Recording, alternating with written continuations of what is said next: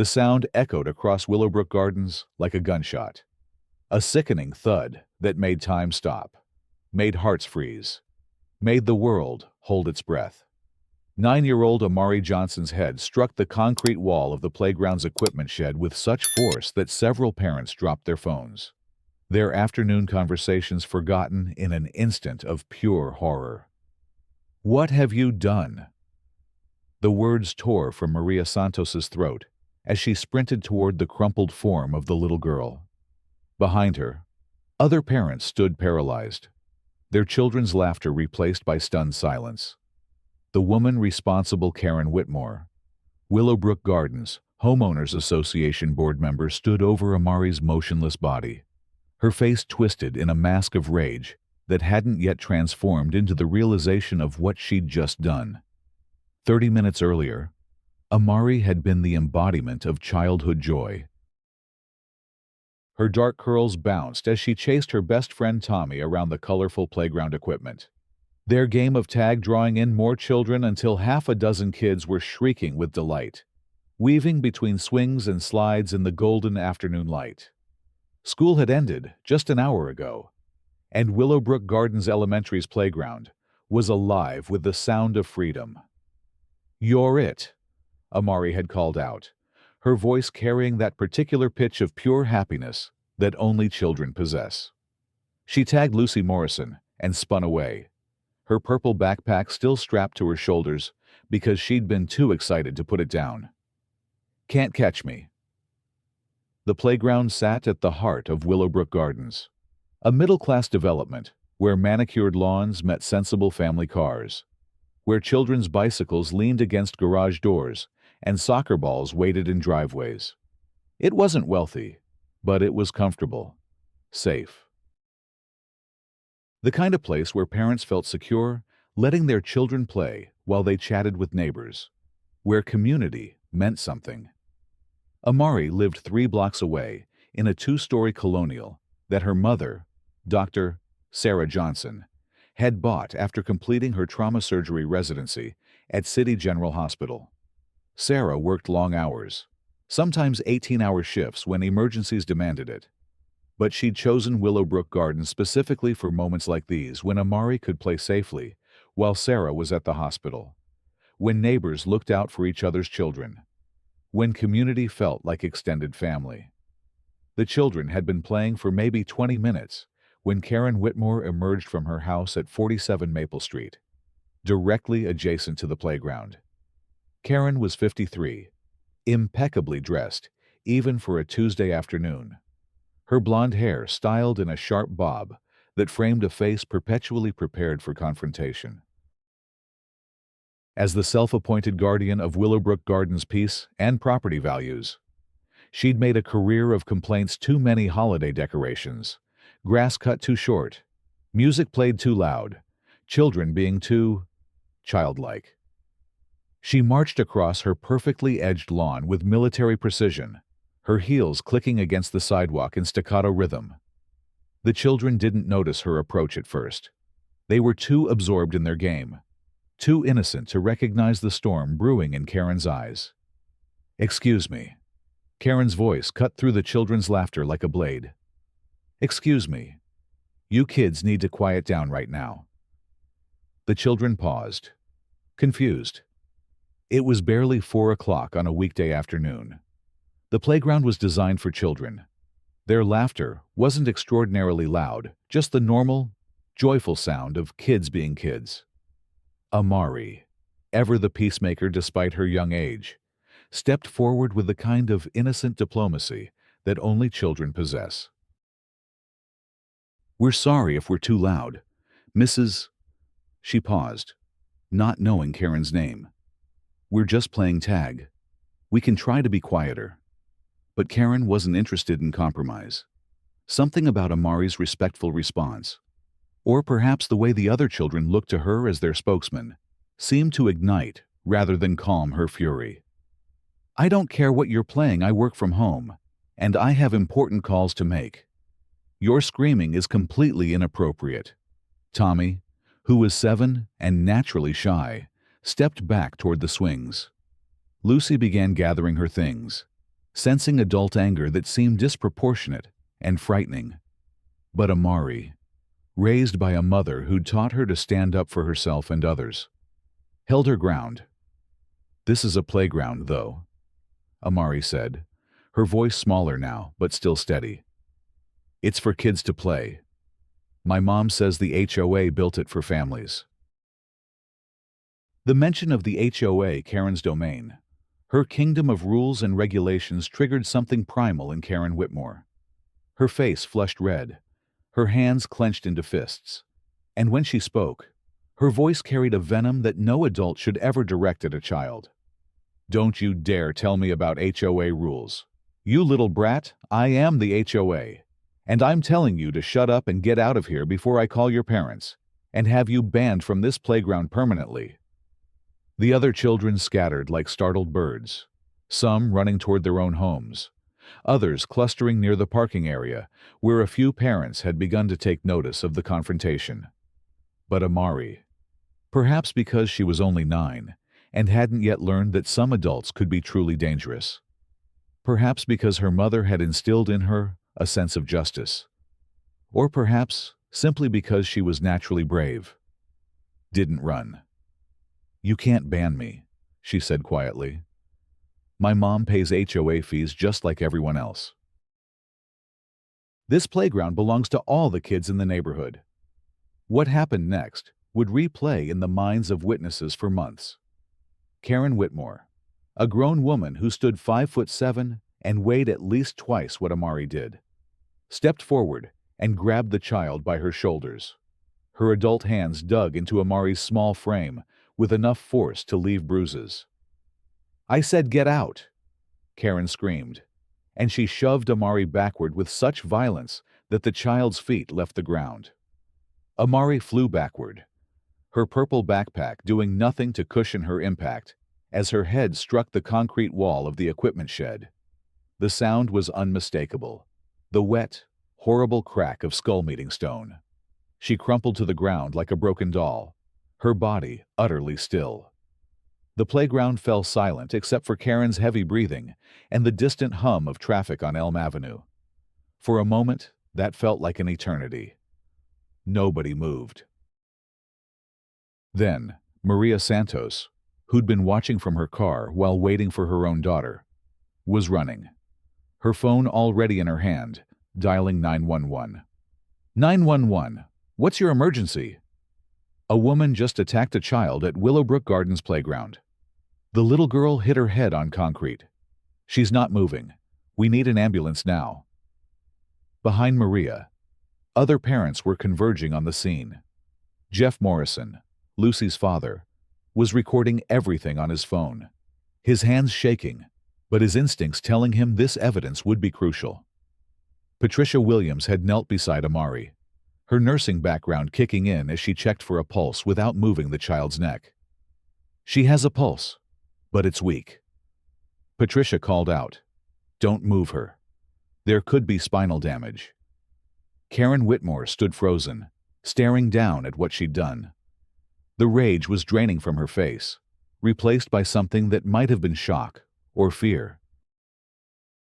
She looked around at the gathering crowd, at the phones pointed in her direction, at the growing pool of blood beginning to seep from beneath Amari's motionless head. She was being disrespectful," Karen said, her voice now small and defensive. "I didn't mean—" She just wouldn't listen.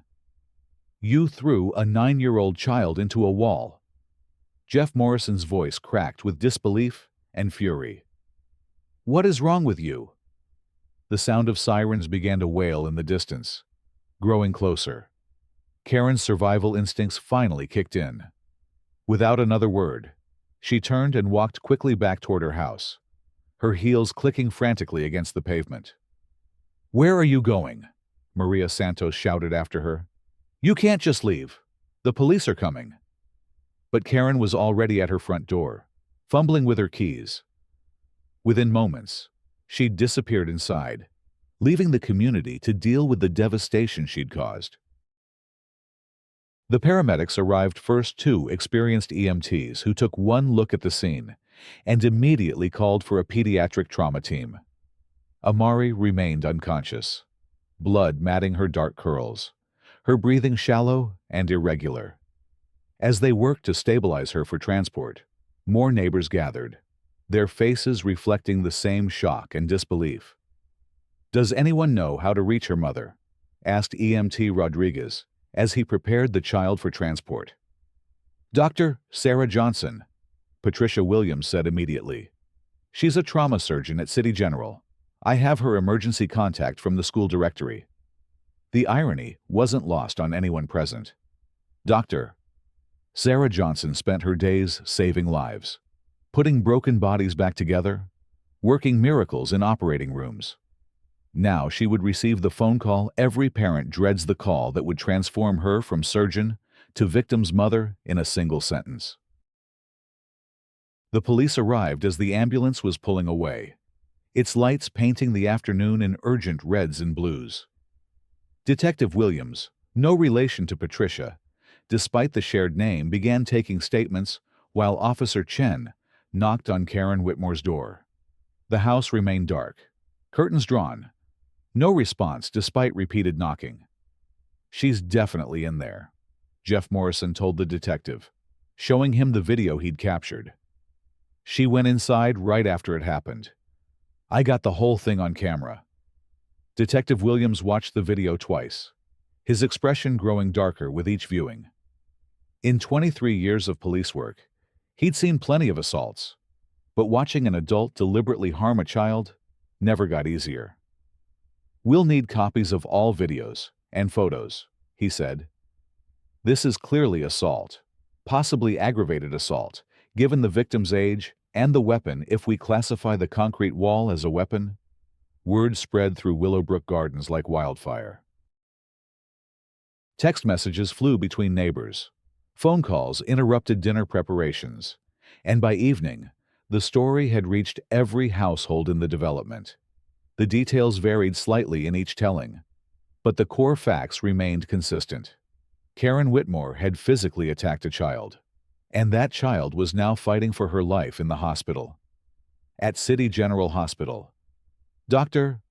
Sarah Johnson was in the middle of removing a ruptured spleen when her phone buzzed with the emergency text that would change everything. She glanced at it during a brief lull in the surgery, expecting the usual update about delayed meetings or schedule changes. Instead, she read words that stopped her heart.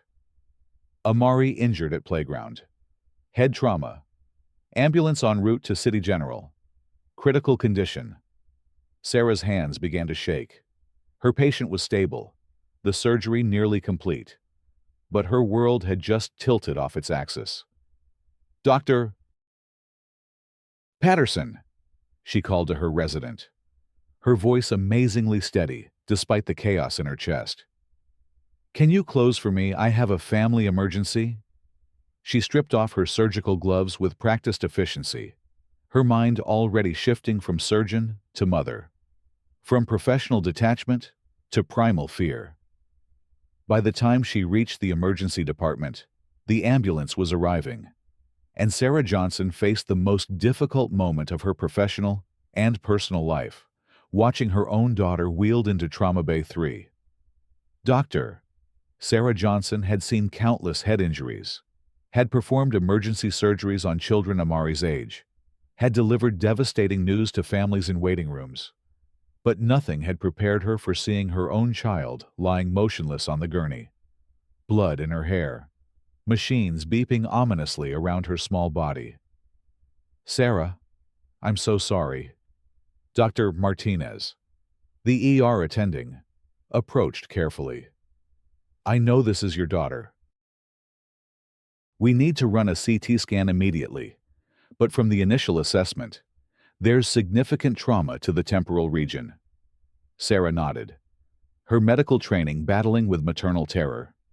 She understood the implications of temporal lobe trauma, memory issues, personality changes, motor function problems. In the worst cases, permanent disability or death. "Who's doing the scan?" she asked, her voice barely above a whisper. "Doctor, Chen from neurology is already on his way. Sarah, we're going to take excellent care of her. You know we will. As they wheeled Amari toward radiology, Sarah caught a glimpse of her daughter's face, peaceful in unconsciousness, looking younger than her 9 years. The purple backpack had been cut away, revealing a school shirt stained with blood. Sarah's legs nearly gave out as the reality hit her fully. Her baby was fighting for her life because some adult had decided a child's laughter was too loud. The CT scan revealed what Sarah had feared: a subdural hematoma, bleeding between the brain and skull that was creating dangerous pressure. Amari needed immediate surgery, and ironically, Sarah herself was one of the few surgeons at City General qualified to perform it. But hospital policy and medical ethics forbade her from operating on her own child. Dr. Peterson is flying in from University Hospital. Dr. Chen explained as they studied the scans together. He's the best pediatric neurosurgeon in the state. Amari will be in excellent hands. Sarah nodded, understanding the decision but hating her helplessness. She'd spent years learning to save lives, developing skills that could mean the difference between life and death for her patients. Now, when it mattered most, she could only wait and pray like any other parent. News of Amari's condition spread through Willowbrook Gardens faster than the initial reports of the attack. Patricia Williams organized a phone tree to keep the community updated. Jeff Morrison shared his video with local news stations after the police cleared him to do so. Maria Santos started a meal train for Sarah Johnson, even though Sarah was spending all her time at the hospital. By Wednesday morning, the story had gone viral. HOA board member attacks, child at playground, was trending on social media, with Jeff Morrison's video viewed over 2 million times. The footage was devastating in its clarity: Karen Whitmore's unprovoked aggression, Amari's attempt at peaceful resolution, the sickening moment of impact that no viewer could forget. Karen Whitmore had barricaded herself inside her house since Tuesday afternoon, ignoring phone calls from police, reporters, and increasingly angry neighbors. Her husband, Robert, had tried reaching her from his business trip in Denver, but Karen wasn't answering anyone's calls. The woman who'd once prided herself on controlling every aspect of Willowbrook Gardens community life was now trapped in her own home, a prisoner of her actions. Outside, the evidence of community outrage was growing. Someone had placed a small memorial garden at the playground's entrance: flowers, stuffed animals, and handwritten notes from children wishing Amari well. The makeshift shrine grew hourly as neighbors stopped by, many leaving their own messages of support and love. "Get well soon. Amari, you're the nicest kid in our neighborhood," read one note from Tommy, her tag-playing friend. Another, from Mrs. Henderson at the corner house, simply said, "Some people's hearts are broken when children can't laugh and play. Praying for you, sweet girl." The surgery took 6 hours. Dr. Peterson, the pediatric neurosurgeon, emerged from the operating room with cautious optimism. The bleeding had been stopped, the pressure relieved, but the next 72 hours would be critical. Brain injuries were unpredictable, especially in children. There could be lasting effects, memory problems, motor skill issues, personality changes, or Amari might recover completely. Only time would tell. Sarah sat beside her daughter's bed in the pediatric ICU, holding a small hand that felt impossibly fragile. Machines monitored every breath, every heartbeat, their gentle beeping the soundtrack to her vigil. Amari looked so small among the equipment, her head wrapped in bandages, her face peaceful but pale. "The community has been calling nonstop," Nurse Jennifer told Sarah during her evening rounds. "There are flowers and cards at the nurse's station, and someone started a fund to help with medical expenses. I've never seen anything like it." Sarah managed a small smile. Amari has always been good at bringing people together. She has this way of making everyone feel included. Even at school, she's the one who makes sure no one eats lunch alone. On Thursday morning, Amari's eyes fluttered open. Sarah was dozing in the bedside chair when she heard the small, confused voice that was the most beautiful sound in the world. "Mama, my head hurts." Sarah was on her feet instantly, tears streaming down her face. "Oh, baby, I'm here. I'm right here. How do you feel?" "Confused. What happened? Why am I in the hospital?" Amari's voice was weak but clear, her cognitive functions apparently intact. Sarah pressed the call button for the nurse while struggling to find age-appropriate words for what had happened. How do you tell a 9-year-old that an adult hurt her deliberately? How do you explain that kind of cruelty to someone who still believes the world is fundamentally good? "There was an accident at the playground. Sweetheart, you hit your head and needed surgery. But you're going to be okay. Dr. Peterson says you're going to be just fine." The medical team's assessment over the next few days was nothing short of miraculous. Amari's motor functions were normal, her memory intact, her personality unchanged. She would need physical therapy for some residual dizziness and headaches, but the prognosis was excellent. Dr. Peterson called it one of the best outcomes he'd seen from such a severe injury. But while Amari was healing, the legal and social consequences for Karen Whitmore were just beginning. The district attorney's office had reviewed the video evidence and witness statements. On Friday morning, Karen was formally charged with aggravated assault on a child, a felony that carried a potential sentence of 5 to 15 years in prison. The arrest warrant was served at 7 a.m., with news cameras capturing Karen's perp walk from her front door to the police car. She looked haggard, having apparently not slept or changed clothes since Tuesday. Her once perfect appearance was disheveled, her face hollow with the weight of what she'd done. "Mrs. Whitmore, do you have anything to say to Amari Johnson's family?" A reporter called out as officers guided her toward the patrol car. Karen said nothing, her head down, handcuffs glinting in the morning sun.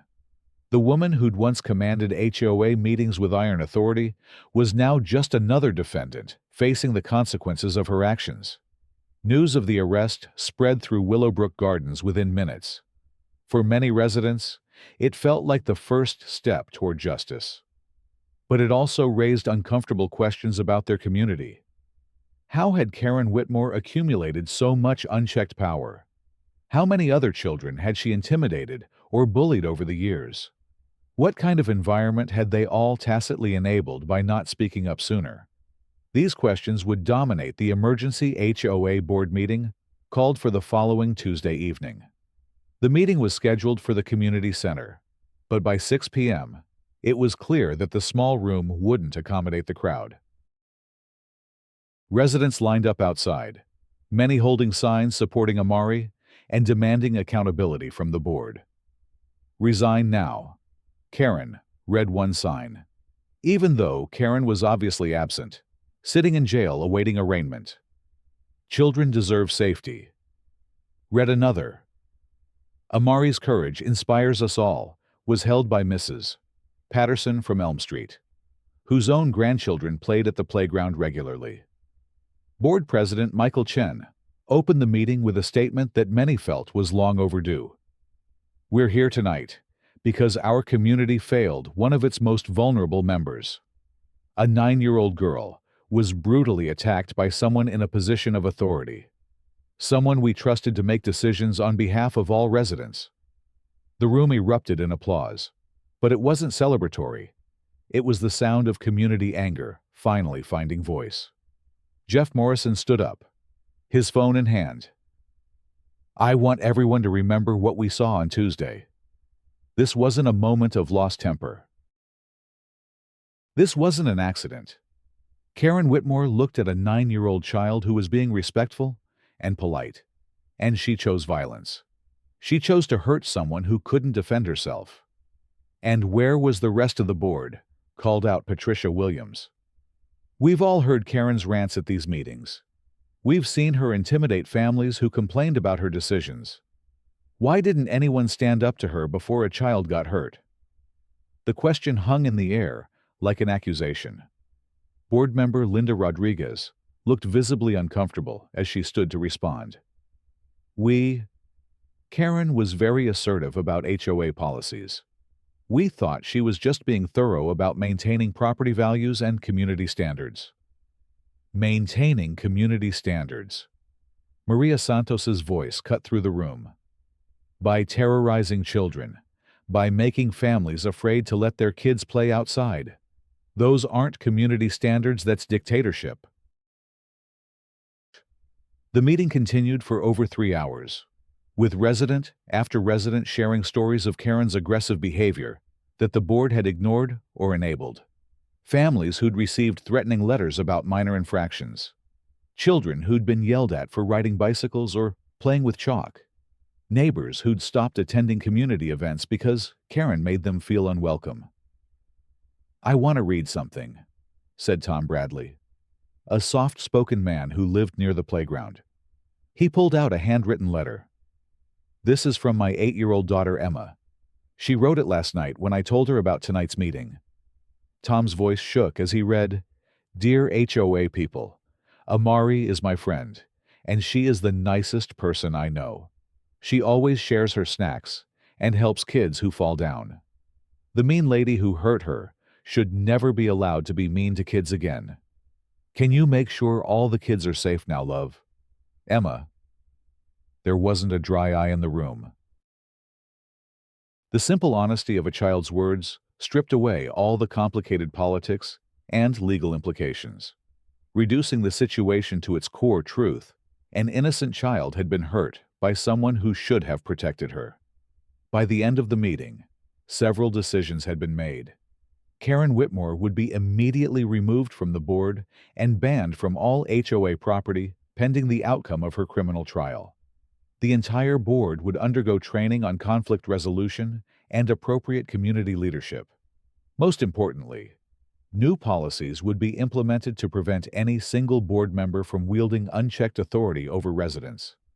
But the most significant decision came from an unexpected source. Sarah Johnson, who'd been quiet throughout most of the meeting, stood up as it was ending. "I want to thank everyone for their support over the past week," she began, her voice steady despite the emotional toll of recent events.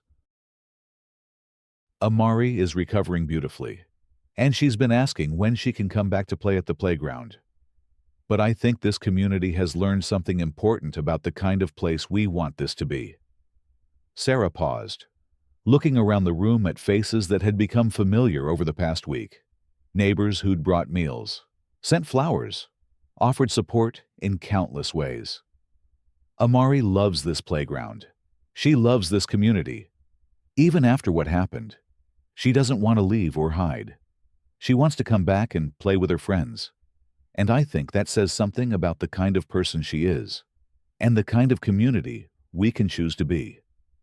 "What are you suggesting?" asked Michael Chen. "I'm suggesting we make this playground a symbol of the community we actually want to be. A place where children are celebrated, not silenced. Where differences are welcomed, not attacked. Where kindness matters more than compliance." Patricia Williams stood up. "Are you talking about renaming the playground?" "I'm talking about making sure that what happened to Amari never happens to another child," Sarah replied. "If renaming it helps us remember that commitment, then yes." The motion was made, seconded, and passed unanimously. Willowbrook Gardens Community Playground would become Amari's place, a permanent reminder of a little girl's courage and a community's commitment to protecting its most vulnerable members. 3 weeks later, Amari Johnson walked back onto the playground for the first time since the attack. She moved slowly, still dealing with occasional dizziness from her injury, but her smile was as bright as ever. A small crowd had gathered, neighbors who'd become friends, children who'd missed their playmate, adults who wanted to witness this moment of healing. The new sign was beautiful, carved wood, with bright blue letters reading, "Amari's Place, where every child belongs." Below it, a smaller plaque explained that the playground was dedicated to celebrating the joy, courage, and resilience of childhood. "It's really pretty," Amari said, running her fingers over the letters of her name. "But it's still the same playground. Right, Tommy and Lucy? And everyone can still play here." "Of course, sweetheart," Sarah assured her. "It's for all the children in the neighborhood, just like it always was." "Good," Amari said with satisfaction. "Because playgrounds are supposed to be for everyone." Within minutes, the playground filled with children's laughter again. Amari moved carefully at first, but soon she was chasing Tommy around the equipment, her purple backpack bouncing as she ran. The sound that had once triggered such violence was now a celebration, proof that cruelty hadn't won, that innocence could survive, that communities could choose healing over hatred. Karen Whitmore's trial began 6 months later. The video evidence was overwhelming, the witness testimony consistent and damning. Her defense attorney tried to argue temporary insanity, claiming work stress and hormonal changes had caused an unprecedented loss of control. But the prosecution presented evidence of a pattern, years of increasingly aggressive behavior toward children and families in the community. Former neighbors testified about Karen's threatening letters, her verbal attacks at community meetings, her campaign of intimidation against anyone who challenged her authority. The picture that emerged wasn't of someone who'd snapped under pressure, but of someone who'd gradually escalated from verbal bullying to physical violence. Amari, now 10 years old and fully recovered from her injuries, testified via video link to spare her the trauma of facing her attacker in person. Her testimony was simple and devastating in its clarity. "I was just playing with my friends," she said, her voice steady despite the weight of the courtroom's attention. "I tried to be polite when she asked us to be quieter. I said we would try. But she got really angry and pushed me really hard. I don't remember hitting the wall, but I remember trying to be nice to her." The jury deliberated for less than 2 hours. Karen Whitmore was found guilty of aggravated assault on a child and sentenced to 8 years in prison, with the possibility of parole after 5 years. She would also be required to pay restitution for Amari's medical expenses and undergo anger management counseling. As the verdict was read, Karen showed no emotion. The woman who'd once terrorized a community sat silently as her fate was decided, her carefully constructed world of control and authority finally crumbling completely. Outside the courthouse, Sarah Johnson spoke briefly to reporters. "Justice has been served, but this was never really about punishment," she said. "This was about making sure every child feels safe in their own community. This was about choosing the kind of neighbors we want to be." 2 years after the attack, Amari's Place had become the heart of Willowbrook Gardens. The playground hosted community events, birthday parties, and an annual block party that drew families from neighboring developments. The memorial garden had grown into a proper community garden, tended by residents who'd discovered the joy of working together on something beautiful. Amari, now 11 and thriving in 6th grade, had become something of a local celebrity. Her story had inspired anti-bullying programs in 3 school districts, and she'd been invited to speak at community events about kindness and resilience. But to her neighbors, she was still just Amari, the kid who made sure everyone felt included, who remembered birthdays, who could organize a game of tag that somehow accommodated everyone from toddlers to teenagers. "Do you ever think about what happened?" Sarah asked her daughter one evening as they walked home from the playground. Amari considered the question seriously. "Sometimes. But mostly I think about how everyone came together afterward. Like, one mean person tried to make me scared, but hundreds of nice people made sure I felt safe. That seems like the more important part. You're not angry about what she did to you. I'm sad for her, Amari said after a moment. She must have been really unhappy to want to hurt a kid just for playing. I hope she learns how to be happy without being mean to people. Sarah wrapped her arm around her daughter's shoulders, marveling at the wisdom contained in such a young person. Amari had survived trauma that might have broken many adults. Yet, she'd emerged with her empathy intact, her faith in human goodness unshaken. The evening sun cast long shadows across Amari's place as they walked past. Children were still playing despite the approaching dinner hour, their parents chatting on benches, the community living up to its promise of being a place where every child belonged. The sign caught the last rays of sunlight, the blue letters bright against the carved wood. Amari's place, where every child belongs. Below it, flowers bloomed in the memorial garden, tended by neighbors who'd learned that communities are built one act of kindness at a time. In the end, Karen Whitmore's attempt to silence a child's laughter had instead amplified it. Her act of cruelty had revealed the depth of community compassion. Her desire for control had taught an entire neighborhood the value of protecting its most vulnerable members. Amari's place would stand as a permanent reminder that hatred cannot overcome love, that violence cannot defeat compassion, and that even the darkest moments can give birth to something beautiful. Every child who played there would do so under the protection of a community that had learned to choose kindness over control, inclusion over exclusion, love over fear. And somewhere in the laughter echoing across the playground, in the joy of children playing tag, as children should, Amari Johnson's courage lived on proof that even the smallest voices can inspire the greatest changes, and that sometimes the bravest thing you can do is simply refuse to let cruelty win. 5 years later, as Amari prepared to graduate from high school, she would return to her namesake playground one final time before leaving for college. The place that had witnessed her darkest moment had become a symbol of everything she'd learned about resilience, community, and the power of choosing kindness, even in the face of cruelty. Standing beneath the sign that bore her name, surrounded by a community that had rallied to protect her, and countless children who'd played safely in her shadow, Amari Johnson understood that her legacy wasn't about surviving an attack. It was about inspiring a transformation that would protect generations of children yet to come. In the end, that was worth celebrating. In the end, that was how good triumphed over evil, not through revenge or hatred, but through the patient, persistent choice to build something better from the ashes of something terrible. Amari's place would endure long after its namesake had moved on to change other corners of the world.